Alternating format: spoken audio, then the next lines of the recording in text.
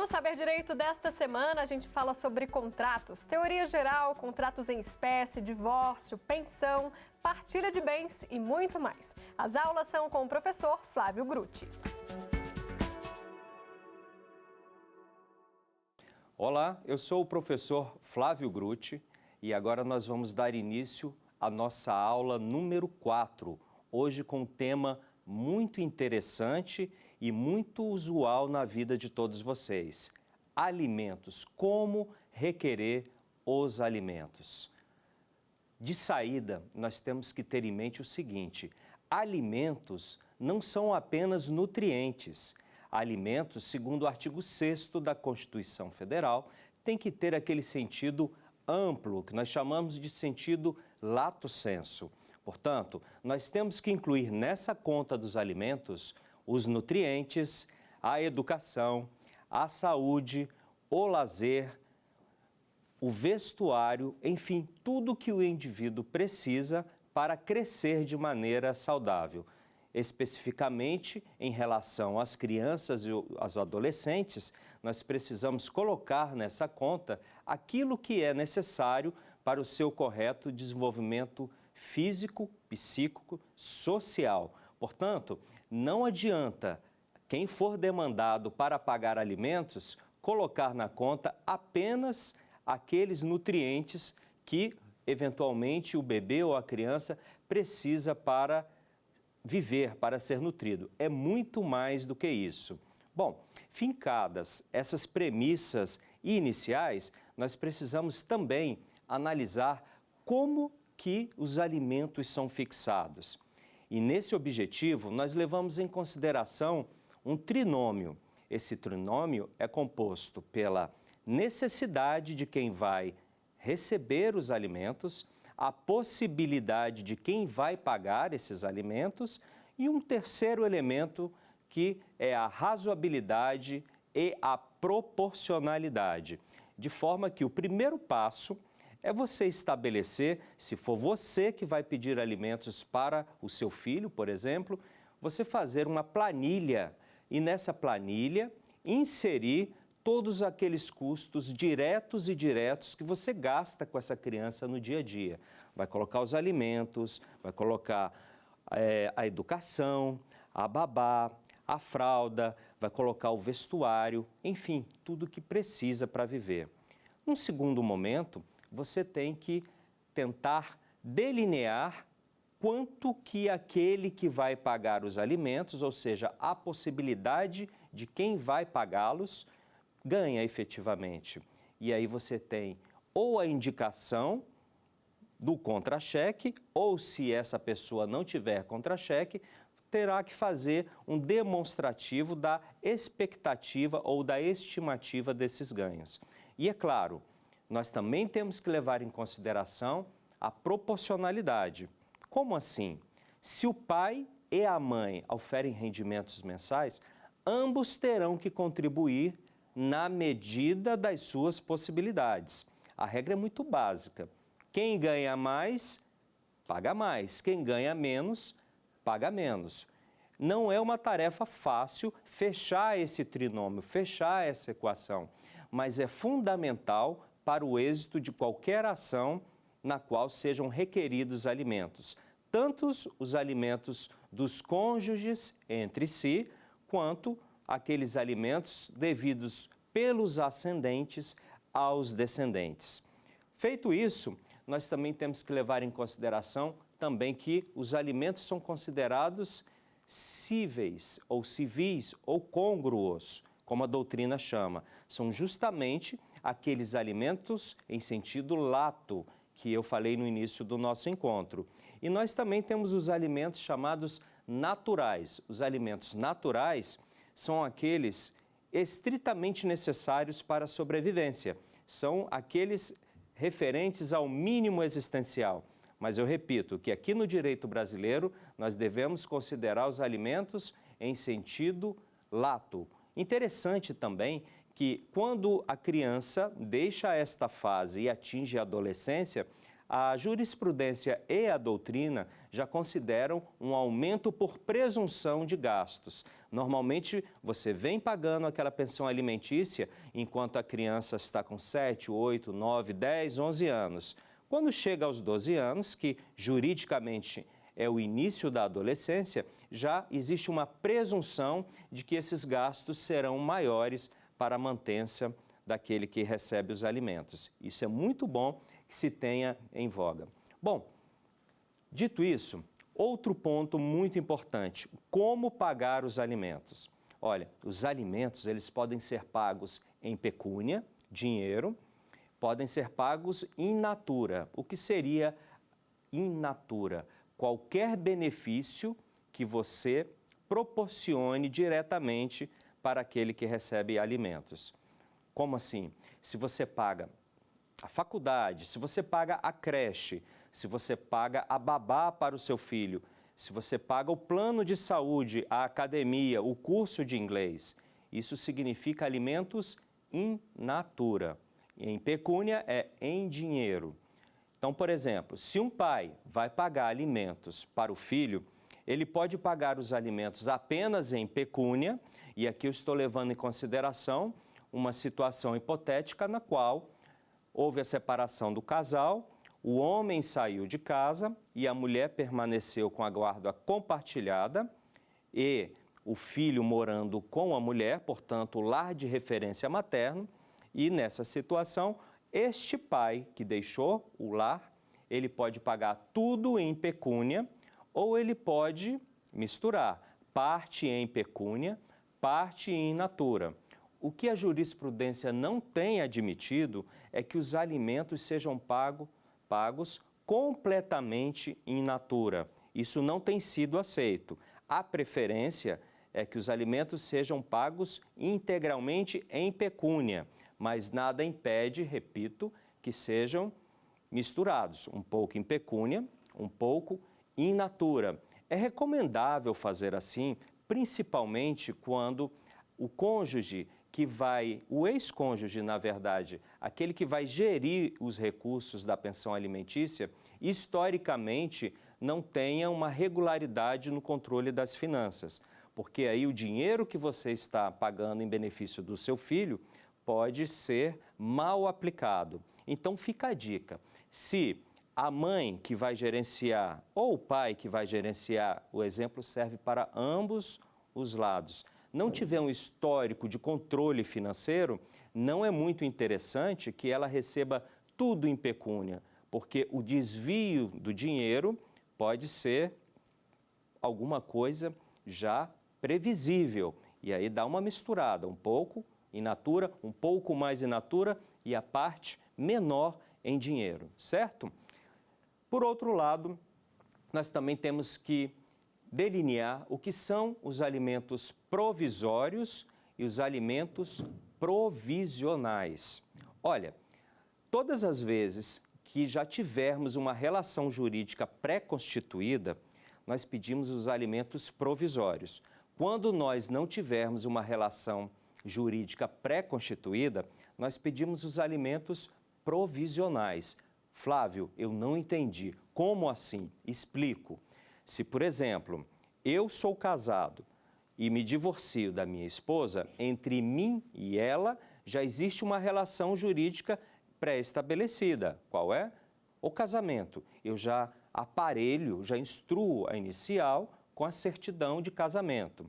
De outra forma, se eu vou pagar alimentos para o meu filho, entre mim e o meu filho já existe uma relação jurídica pré-constituída. A paternidade, como que eu aprovo?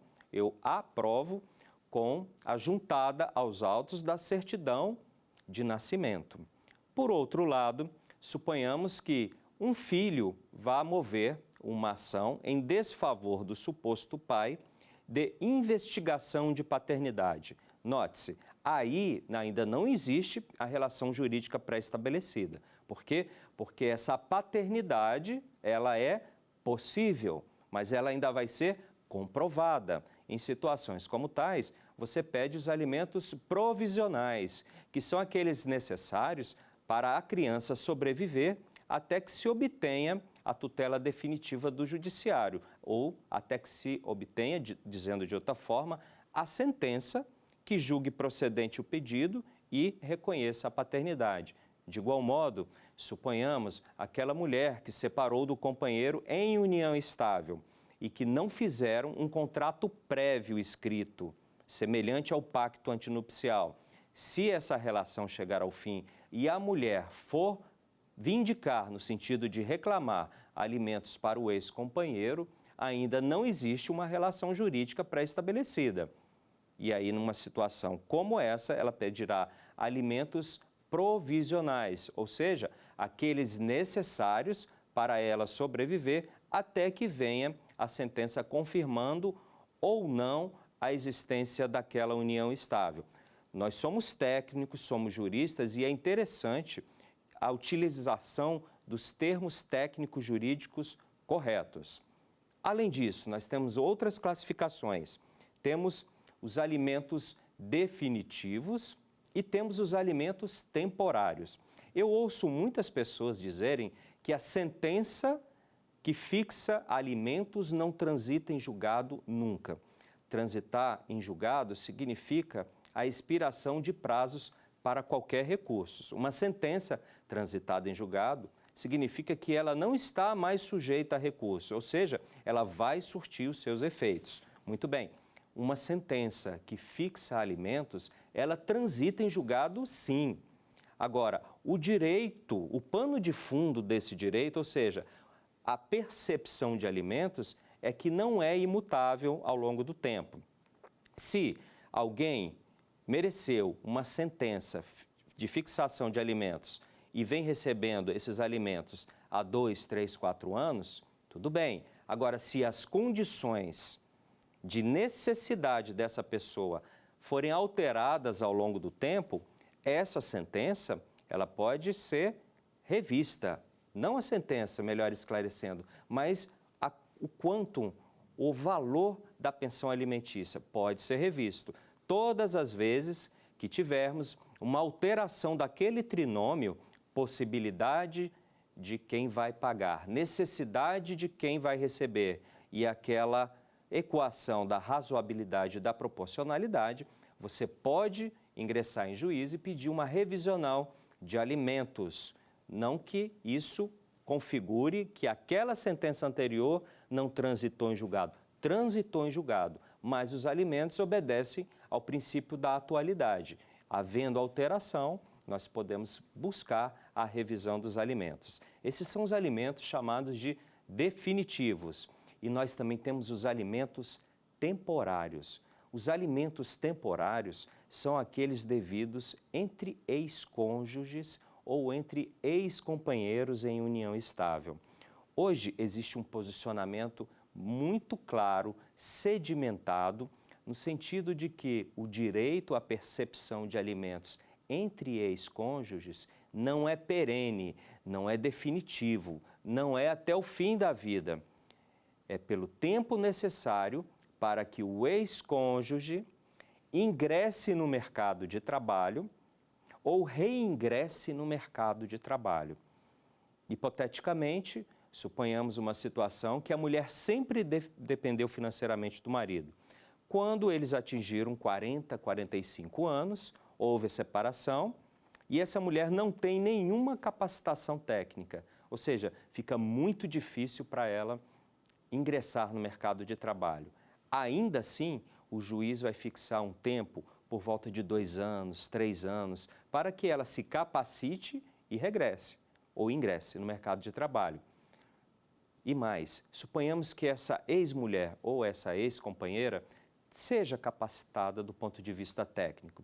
Ela é uma advogada, ou ela é uma psicóloga, ou ela é uma enfermeira, enfim, não importa. Mas pelas contingências da vida, nos últimos anos, ela dedicava-se integralmente ao lar ou à mantença das crianças. Numa situação como tal, o juiz leva em consideração a capacidade laborativa dela, ou seja, a capacidade para trabalhar e também a idade. Se a idade não tiver muito avançada, se ela ainda estiver no pleno gozo das suas faculdades físicas e mentais, o juiz vai fixar algo em torno de 1 ano a 2 anos. Mas vejam, esses prazos que eu estou falando para vocês, eles não são fixos, imutáveis, eles variam de caso para caso, mas ordinariamente é assim que acontece. Mas algumas pessoas me perguntam, Flávio, tudo bem, os alimentos entre os ex-cônjuges, eles são temporários, até para evitar a profissão ex-mulher ou a profissão ex-marido, né? O exemplo cabe dos dois lados. Numa situação na qual a mulher já tem 60 anos, 65 anos, ou seja, a vida inteira ela foi mantida pelo marido e ela nunca buscou uma capacitação técnica, porque o objetivo dela de vida era ser a boa esposa, era cuidar dos filhos. E eu pergunto para vocês, é justo dar o mesmo tratamento para essa mulher que seria dado para uma outra mulher capacitada aos 35, 40 anos? Claro que não. Em situações como tais, a pensão alimentícia, sim, aí sim, à luz do princípio da dignidade da pessoa humana, à luz do princípio da solidariedade social e familiar. Aliás, esses dois princípios, eles embasam qualquer decisão envolvendo alimentos.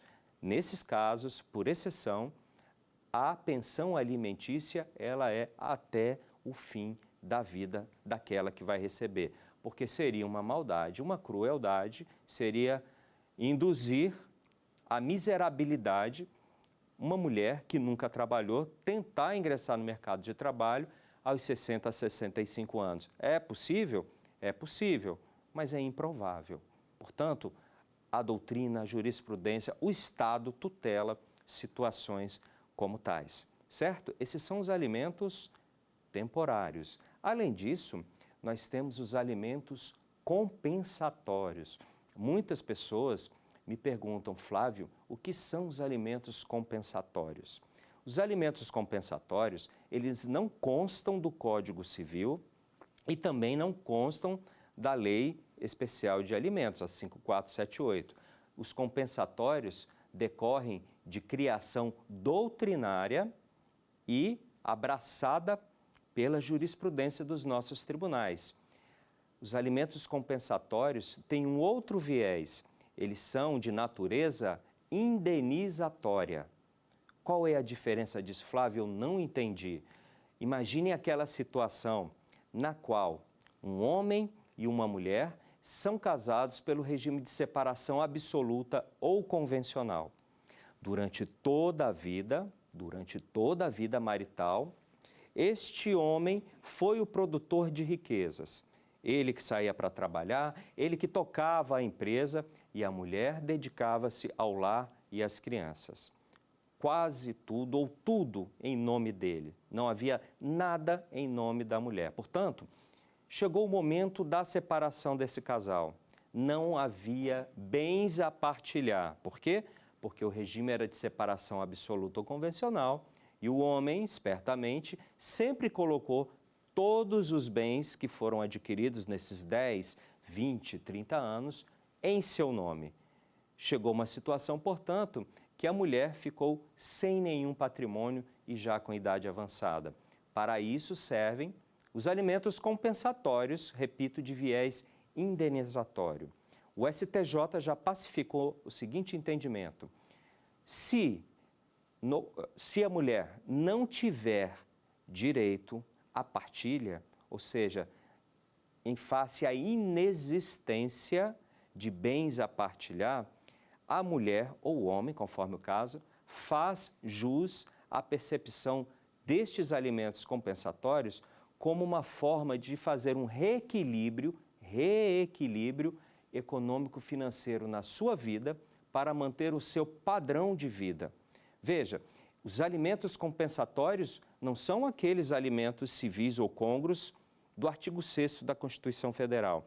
Os alimentos compensatórios visam indenizar aquela mulher que por toda a vida se dedicou ao marido, entretanto, todos os bens adquiridos foram colocados em nome do marido em face do regime de separação absoluta ou convencional.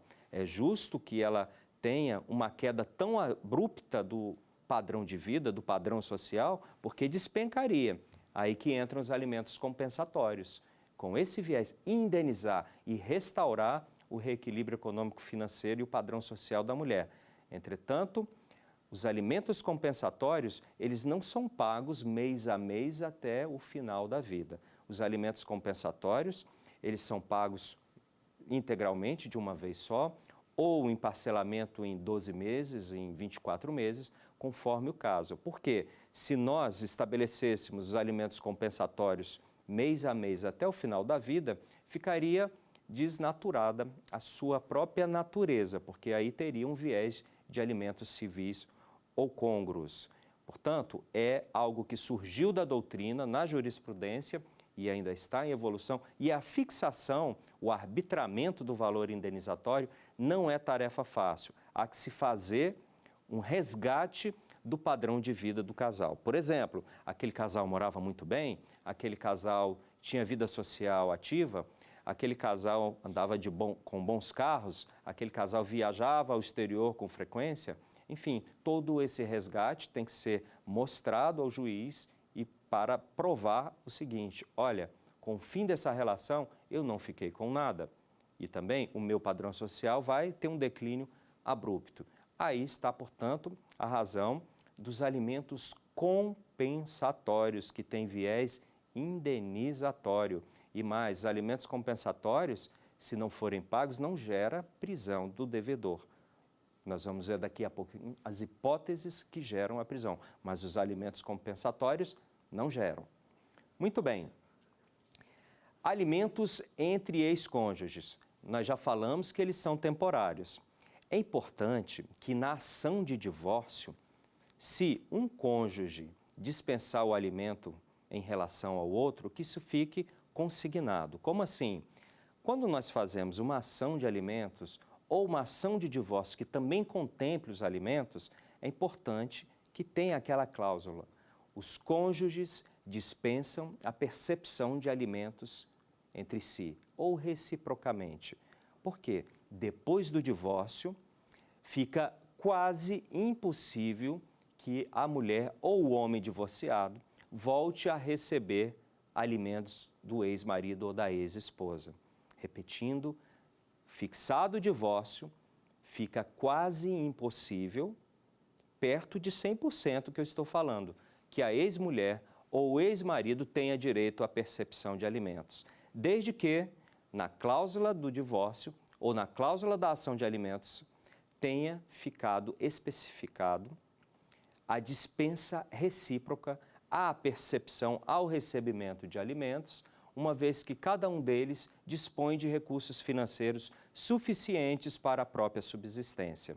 Só há uma hipótese na qual o ex-cônjuge divorciado pode voltar a receber alimentos após ter renunciado, no caso de alguma doença grave superveniente, na qual não tenha nenhum familiar apto a pagar os alimentos. E aí, diante de uma excepcionalidade como essa, aí sim, o ex-cônjuge pode ser demandado a si mesmo para pagar os alimentos naturais, ou seja, aqueles mínimos para a existência e para o tratamento de saúde. E também tem que ficar claro que a ex-mulher ou o ex-marido não tem nenhuma capacidade laborativa em face da doença. Então, muito cuidado com isso, muito cuidado com esse detalhe na ação de divórcio. Uma ação de divórcio, ela tem que ser muito bem pensada, tem que ser muito bem elaborada, porque vai dar problema lá na frente. As cláusulas têm que ser as mais claras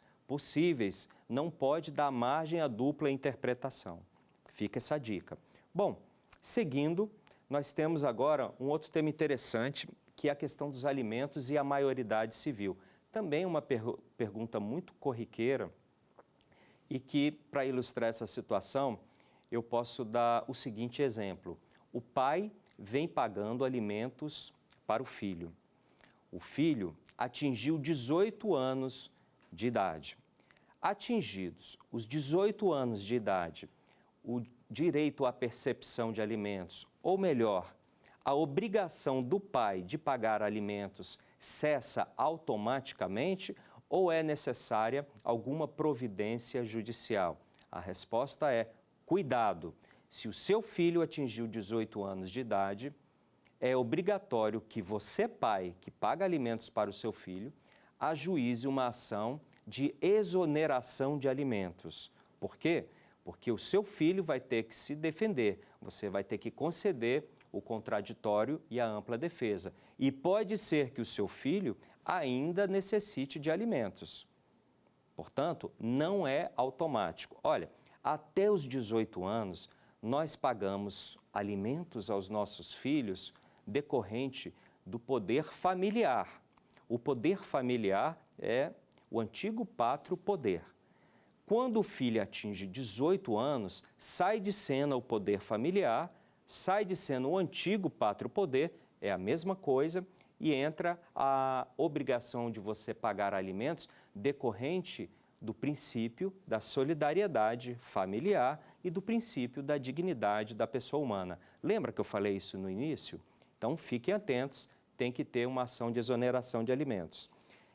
E eu também falei que se tiver o contraditório e ampla defesa, que o filho poderá se defender. Mas aí me indagam, mas para que um maior de idade vai precisar de alimentos do pai? É para a vida inteira? É porque aí entra em cena os chamados alimentos universitários. Alimentos universitários são aqueles necessários para o seu filho custear a graduação, para ele se preparar melhor para finalmente, na fase adulta, poder ingressar com dignidade ou com menor dificuldade no mercado de trabalho. A jurisprudência consolidou o entendimento de que esses alimentos são pagos até os 24 anos de idade. Chegou-se à conclusão de que dos 18 aos 24 anos de idade, há tempo suficiente para o filho ingressar numa faculdade e concluir os estudos.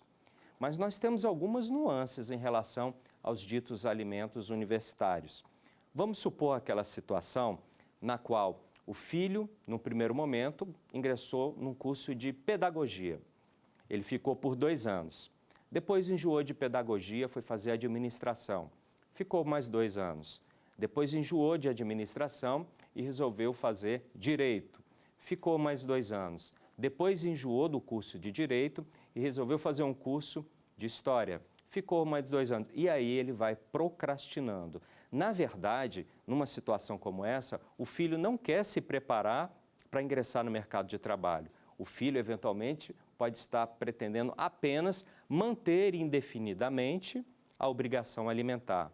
Quando acontecer uma situação como essa, o pai pode ingressar com uma ação de exoneração de alimentos se comprovar que o filho não vem sendo regular no curso que escolheu.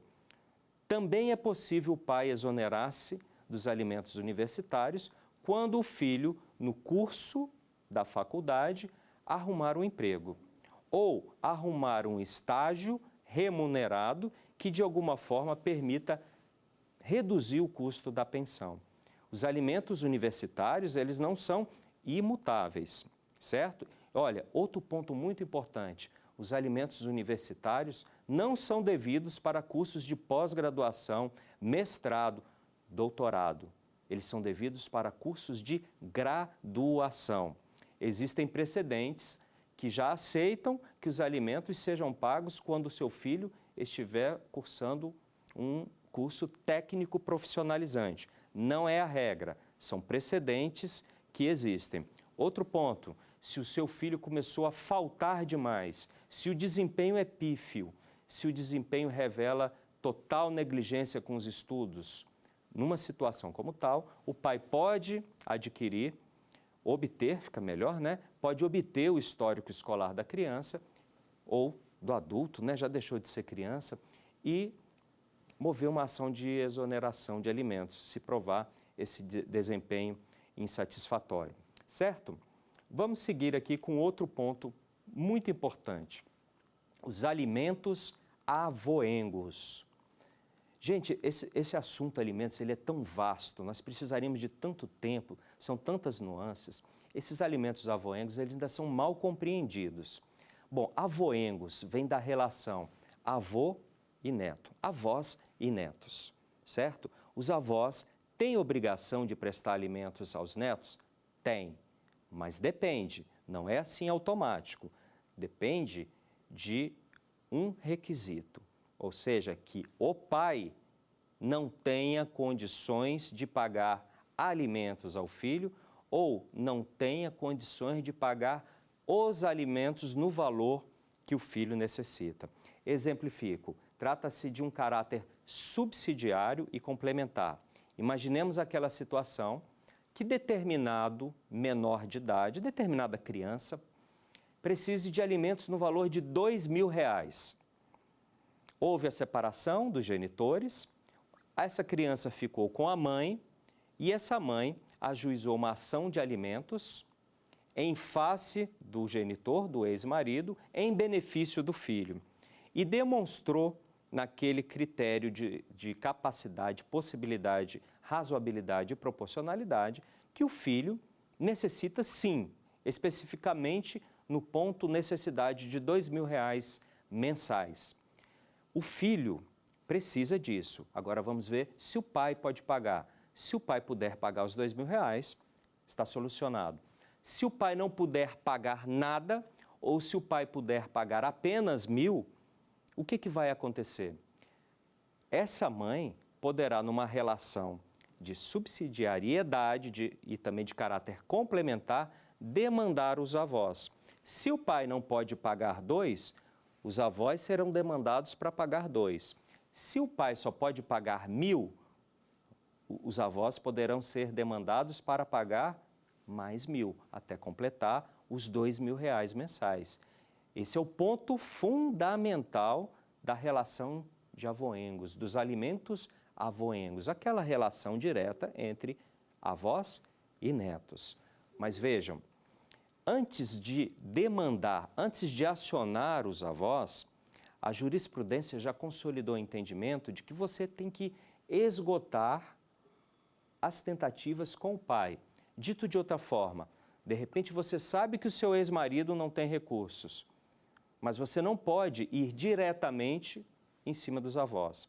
Antes você tem que ajuizar uma ação de alimentos em desfavor do seu ex-marido. Depois que você obtiver uma sentença, algum provimento judicial, no qual fique claro a impossibilidade de ele pagar os R$2.000, ou pelo menos parte disso, é que você vai migrar e acionar os avós. Você pode escolher qualquer um dos avós. Não existe, no caso, uma solidariedade. Se você sabe que seu avô paterno ganha bem e que a avó materna não ganha nada ou ganha mal, você vai em cima de quem? Você vai em cima do avô paterno do seu filho. E você pode deixar de lado a avó materna. O credor representado pela mãe, quem é o credor? O menor. Vai escolher qual dos avós será demandado. E outro ponto que eu acho muito relevante. Vejam, em algumas situações, isso a gente vai vendo no dia a dia da vida como advogado familista e professor. Às vezes, o casal tem um padrão de vida X, um bom padrão de vida, mas que não é mantido nem por ele, pai, nem por ela, mãe, mas pelos avós. Às vezes, acontece a ruptura dessa família, ou seja, a separação ou o divórcio, e o padrão de vida cai. Aí, quem ficou com o filho, eventualmente, pensa, eu vou acionar os avós porque eu quero o bom padrão de vida que os avós têm. Mas cuidado, os avós não são obrigados a manter o alto padrão de vida que eles gozam para os netos. Os avós são obrigados, ante a insuficiência de recurso do pai, a manter o padrão de vida que o pai poderia dar.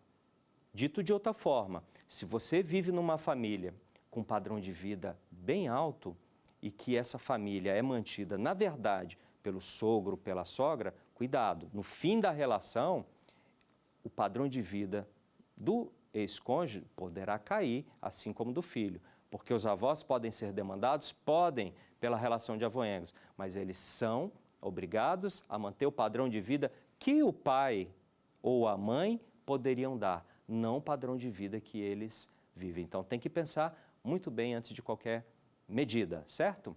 Vamos avançar um pouquinho? Bom, e se tudo der errado, você conseguiu a fixação de alimentos, existe uma obrigação de pagamento mensal e, de repente, o pai para de pagar. Nessa situação, você pode mover uma ação de execução de alimentos. Quando você for mover uma ação de execução de alimentos, é uma faculdade do credor optar pelo rito da expropriação ou pelo rito da coerção. O que é isso? Dito de outra forma bem simples, você pode optar por fazer a execução normal, que você vai buscar a penhora de algum bem, a alienação judicial desse bem, ou você pode optar pela prisão, pelo pedido de prisão, ou você pode misturar ambas as situações. Explico. Pelo rito da prisão ou da coerção, você tem que ter, você pode cobrar, você pode acionar, considerando as 3 últimas prestações não pagas, inadimplidas. Então, por exemplo, se você está em janeiro e não foi pago dezembro, novembro e outubro, você pode, por causa desses 3 meses inadimplidos, executar o devedor e pedir a prisão. Não precisa acumular 3, basta um período de inadimplência, mas você não pode cobrar pelo rito da prisão 4, 5 meses depois. Você tem que cobrar os meses imediatamente anteriores à propositura da ação. Repetindo, janeiro você vai propor a ação de execução. Você vai cobrar dezembro, novembro e outubro. Ah, mas Flávio, setembro para trás também é devido. Ok, setembro para trás você vai cobrar pelo rito da expropriação, rito da penhora. Joia? Então você moveu a ação em janeiro. O devedor ficou se escondendo do oficial de justiça para não pagar a pensão alimentícia. Aí ficou janeiro sem pagar também, fevereiro também sem pagar. Finalmente, em março, ele foi preso. Vejam, já temos, portanto, 6 meses de débito, porque para o cidadão livrar-se solto da prisão civil por dever alimentos, ele tem que pagar as prestações vencidas e vincendas ao longo do processo. Quando o cidadão deve alimentos, ele é citado para provar que já pagou, alegar a impossibilidade de fazer e provar, ou pagar. São 3 hipóteses. Se ele já está preso, para ele livrar-se solto, ele vai ter que pagar aquilo que ele já devia e aquilo que foi vencendo ao longo do processo. A situação fica muito mais difícil. E, além do processo pelo rito da coerção da prisão, ele também poderá estar respondendo um outro processo das prestações, lembra? De setembro para trás. Então tem que ficar muito atento com uma situação dessa, quando o débito se acumula e que esse débito tenha gerado a prisão, o melhor que se faz é tentar um acordo. Alguns colegas tentam a seguinte medida: ele deve R$6.000, eu consegui 4, deposita R$4.000, invoca a teoria do adimplemento substancial e fala ao juiz o seguinte: olha, o débito é de 6, ele já pagou tudo, ou quase tudo, melhor dizendo, e agora ele merece ser solto até para ele poder trabalhar e pagar o que deve. Não cola, não cola. Se você está preso, se seu cliente está preso, você tem que pagar integralmente. Não adianta pagar parcialmente, ainda que seja a maior parte, a teoria do adimplemento substancial. Você não vai soltar o seu cliente, salvo se compuser algum acordo, e se esse acordo for assinado por ambas as partes, aí sim o juiz manda soltar. Então, nós temos que tomar muito cuidado com isso. Recomendo a leitura da súmula 309 do Superior Tribunal de Justiça, tá? Olha, um outro ponto que é importante, isso tem que ser levado em consideração, que é o princípio da atualidade. Os alimentos são atuais. Os alimentos, eles são atuais porque quem necessita dos alimentos deles precisa para viver. Quanto mais se demora para pleitear alimentos, quanto mais se demora para executar alimentos, maiores são as chances de o juiz verificar que eles não são urgentes. É muito comum que as mães fiquem, às vezes, 4, 5, 6 anos sem pleitear alimentos para os filhos. Talvez por orgulho, talvez por achar que eu sou mãe e pai ao mesmo tempo, eu consigo manter o meu filho. Isso é um erro muito grave, porque você está renunciando os alimentos para o seu filho. E aí a situação pode vir abaixo, pode piorar, e aí não adianta pedir alimentos pretéritos. Não existe o direito à percepção de alimentos pretéritos. Você pode pedir alimentos daqui para frente. Eu ouço muito, poxa, eu banquei o meu filho até os 7 anos de idade, então eu quero agora pedir os alimentos de 0 até 8 anos de idade.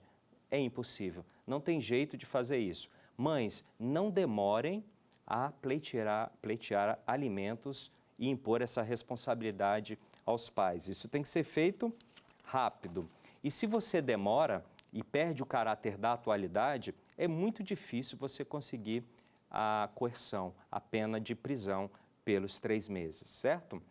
Bom, finalmente, outro ponto importante, a gente já está se caminhando aqui para as nossas perguntas do quiz, é a questão referente à malversação do dinheiro pago da pensão alimentícia. Como assim?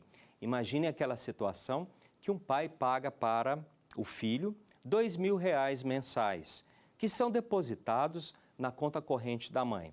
Em determinado momento, esse pai começa a perceber que a criança está tendo uma queda de padrão de vida. Como assim? Ele saiu do colégio bom, foi para o colégio mediano. Ele está usando roupas mais simples, ele foi retirado do curso de inglês, saiu da academia. Em contrapartida, a mãe está se vestindo muito bem, a mãe comprou um carro novo financiado. E o pai pensa, há algo de estranho nessa relação. O que está sendo feito com o valor de R$ 2.000 que mensalmente e pontualmente eu deposito na conta da mãe? O primeiro pensamento que vem à baila é de exigir a prestação de contas. É a tal da ação de exigir contas, que no CPC anterior chamava-se ação de prestação de contas. É a mesma coisa. Doutrina e jurisprudência degladiaram-se em relação a esse assunto. E hoje está pacificado o entendimento de que, em situações como tais, é incabível a ação de exigir contas. Por quê? Porque se, eventualmente, você conseguir provar que a mãe está malversando os recursos que você paga para os seus filhos, você vai obter um título executivo. Acontece que os alimentos, eles são irrepetíveis. A irrepetibilidade em sede de direito civil significa o dever de restituir ou não. Se você tem que restituir, são repetíveis. Se são objeto de irrepetibilidade, é porque não são restituíveis. E os alimentos são irrepetíveis. Dito de outra forma, se você consegue provar que a mãe está malversando a pensão alimentícia, o fato de estar em sede de ação de exigir contas não vai ser frutífera para o seu filho, tampouco para você. Por quê? Porque aquilo que você já pagou não vai ser restituído, porque esses são alimentos foram consumidos, foram utilizados. Qual é a solução plausível para um caso como tal?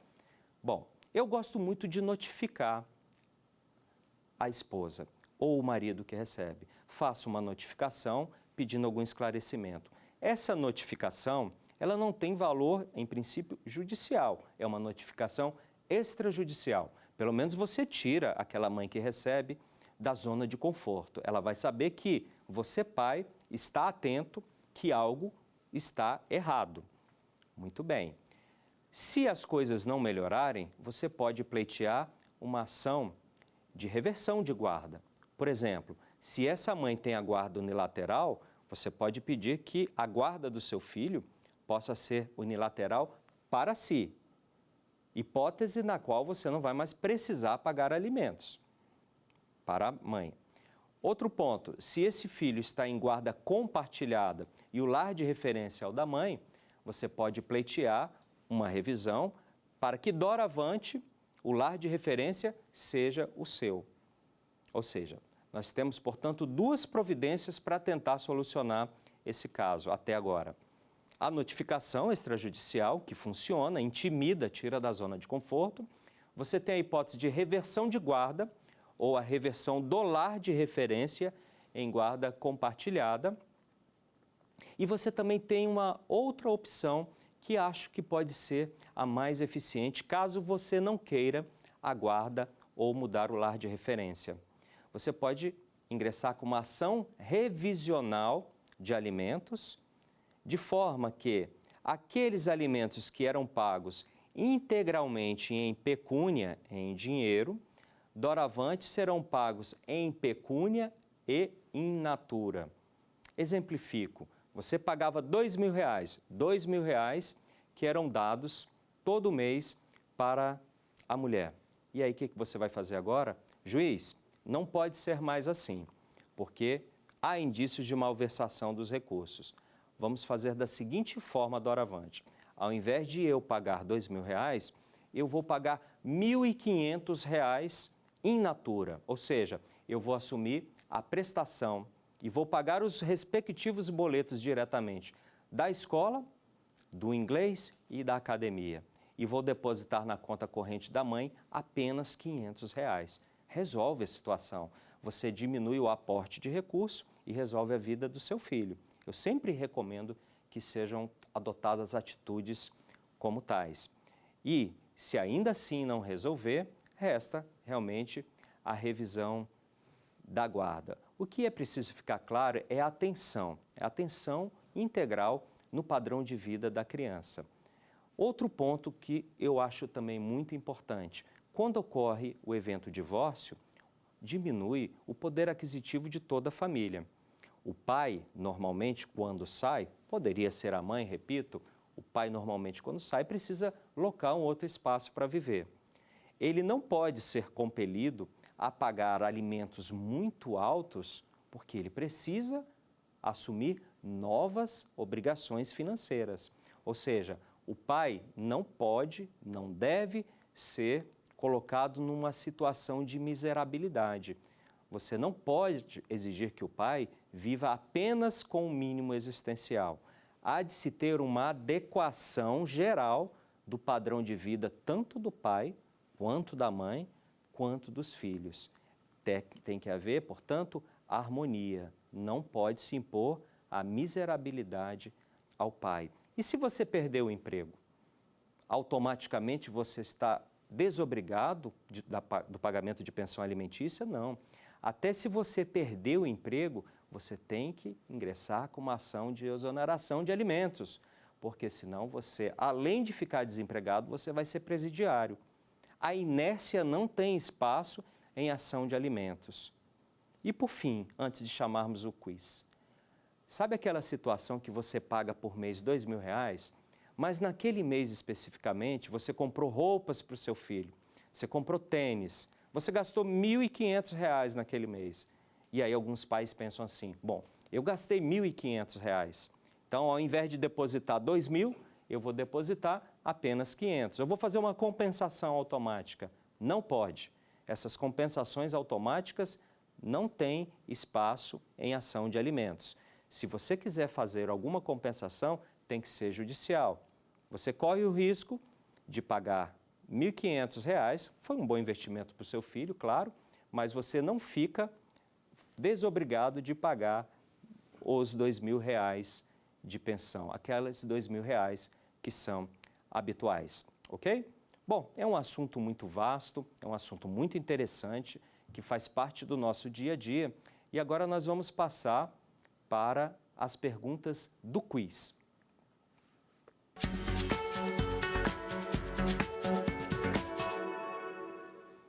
A primeira, sobre a forma de prestação dos alimentos, assinale a alternativa correta. A. Os alimentos não podem ser prestados de modo misto, ou seja, em pecúnia e in natura. Se o alimentante omitir rendimentos, é possível, em casos excepcionais, que o juiz decrete a quebra do sigilo fiscal, bancário e de movimentação de cartões de crédito. C. Se o alimentante perder o emprego, estará desobrigado automaticamente do pagamento dos alimentos. E, finalmente, letra D. Se o alimentando completar os 18 anos de idade, perderá automaticamente o direito ao recebimento dos alimentos. E aí, o que vocês acham? Nós acabamos de dar a resposta. Qual seria a resposta mais adequada ao caso? A resposta correta é a letra B. Como assim, Flávio? Sabe o que acontece? Em muitas situações, o pai diz que não tem dinheiro para pagar. Mas a mãe sabe que o pai ostenta um padrão de vida muito bom, que o pai anda com carros de luxo, que o pai tem lancha, enfim. A aparência de riqueza é evidente, mas nos autos do processo de alimentos, o pai fala que tem um estado de pobreza. Mas ele não tem contra-cheque, ele não tem uma renda declarada. Em situações como tais, a prova para o filho ou para a mãe que está pedindo para o filho, ela se mostra diabólica. O que é uma prova diabólica? É aquela impossível ou muito difícil de ser obtida por quem pleiteia o direito. Portanto, se há sinais aparentes de riqueza e aquele pai insiste em dizer que não tem dinheiro, em situações como essas, você pode e deve pedir a quebra dos sigilos fiscal, bancário e de utilização de cartão de crédito, porque esses documentos, essas informações vão mostrar efetivamente qual é o padrão de vida daquele que diz que não tem dinheiro. E os juízes não hesitam. Por quê? Entre o princípio constitucional da preservação da intimidade, do sigilo dos dados fiscais e bancários e o princípio do melhor interesse da criança, este prevalece. Dito de outra forma, não adianta alegar que a Constituição lhe garante o sigilo bancário, o sigilo fiscal e o sigilo das movimentações de cartões de crédito. Porque se a criança estiver em colidência com esses princípios, ela terá primazia e o seu sigilo será quebrado. Próxima.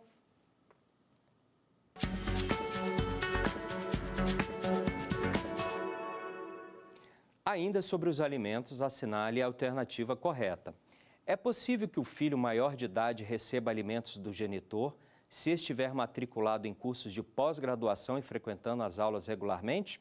B. É possível que o filho maior de idade receba alimentos do genitor até os 24 anos de idade se estiver matriculado em cursos de graduação e frequentando as aulas regularmente? C. Ainda que o filho maior de idade consiga emprego, o pai continuará obrigado a pagar integralmente os alimentos até que o alimentando atinja os 24 anos de idade? E D.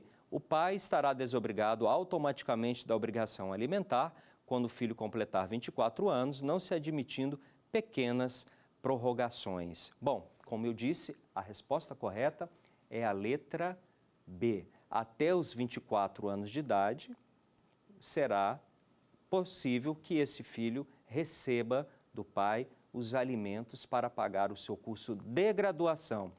Porém, ele tem que estar matriculado regularmente e frequentando as aulas. Abro aqui um parêntese, porque em algumas situações o filho demora um pouquinho mais para concluir. Vamos supor, demorou mais a entrar na faculdade e precisa de 5, 6 meses, além dos 24 anos de idade. Vejam, os 24 anos de idade não constituem um marco delimitado pela lei. É uma construção jurisprudencial e doutrinária, por ser um tempo médio estimado. Então, se o filho passou um pouquinho, alguns meses, pode-se aplicar o princípio da razoabilidade e o pai ser compelido a pagar até o final do curso, ainda que passe um pouquinho dos 24 anos de idade, certo? Bom, e aqui nós encerramos a nossa aula de alimentos e eu convido para a nossa aula número 5, respeitante ao direito patrimonial. Muito obrigado.